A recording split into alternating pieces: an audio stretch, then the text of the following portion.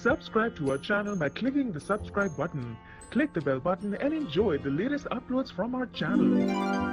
एक द्वारिका को झेलना मुश्किल है, अब तो दो दो द्वारिका दिख रही हैं दोस्तों। नमस्कार, स्वागत है आपका आपके अपने चैनल हंग्री स्पिरिट्स में। हंग्री स्पिरिट्स देख रहे सारे दर्शकों का मैं अंजू शर्मा दिल से स्वागत करती हूँ। तो देखा आपने कैसे सीताबाई जो है तिल मिला गई और आ गई अहिल्या को खरी खोटी सुनाने के लिए। वो बच्ची जो शुरू से ही ऐसी बातें सुन सुन के भरी हुई है, उसने अपना मनोबल नहीं गिराया है अहिल्या ने, मगर इनकी जो चोट है वो लगातार उसके ऊपर पड़ती ही रहती है। इसका नमूना युवा अध्याय में हमने देखा। चलिए इस पे चर्चा करते हैं, मगर पहले वही गुजारिश, जिन्होंने अभी तक चैनल को सब्सक्राइब नहीं किया है कृपया कर लीजिए। साथ में दोस्तों बेल आइकन दबाइएगा ताकि आपको हमारे वीडियोस के नोटिफिकेशन मिलते रहे।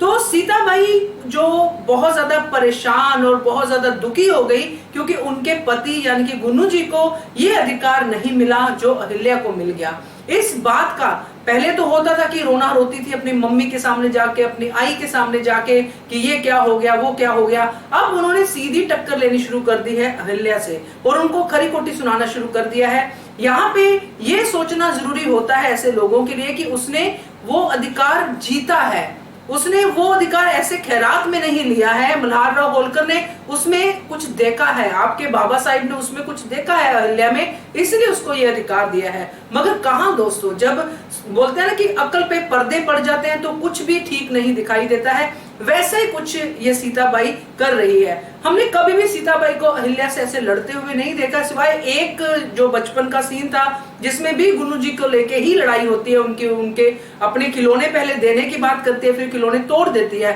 उसके बाद हम अब देख रहे हैं कि सीताबाई फिर से अपने वो जहर उगलने वाले रोल में आ गई और उन्होंने जाके ऐसे तैसे जो भी था बोलना शुरू कर दिया। ये भी परवाह नहीं की कि उनके पास उनकी दासियां खड़ी हैं, प्रजा लाइन लगा के खड़ी है अपनी जो वस्त्रदान हो रहे थे वो लेने के लिए। उन्होंने अहिल्या की पूरी तरह से बेइज्जती कर दी और अहिल्या चुपचाप उन बातों को सुनती रही। उसको हैरानी हुई कि ये ऐसा क्यों बोल रही हैं।